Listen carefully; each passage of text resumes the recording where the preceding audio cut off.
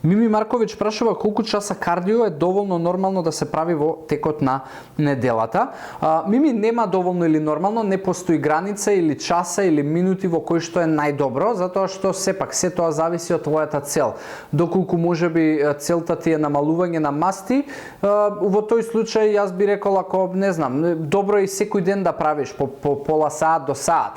Кардио е одлично за работата на срцето, не за џабе се вели кардио вежби, така да не постои идеално. Ако мене ме прашуваш како е најдобро за да намалуваш масти, во тој случај јас би ти рекол прави тежински тренинзи и на крајот од твојот тренинг додади кардио дел кој што ќе биде 15 на минути, но нека биде интервално. Тоа е најдобриот кардио начин како да повлечеш топење на масти. Од друга страна, доколку се работи за општо здравје, кардио е добро секој ден да го имаш.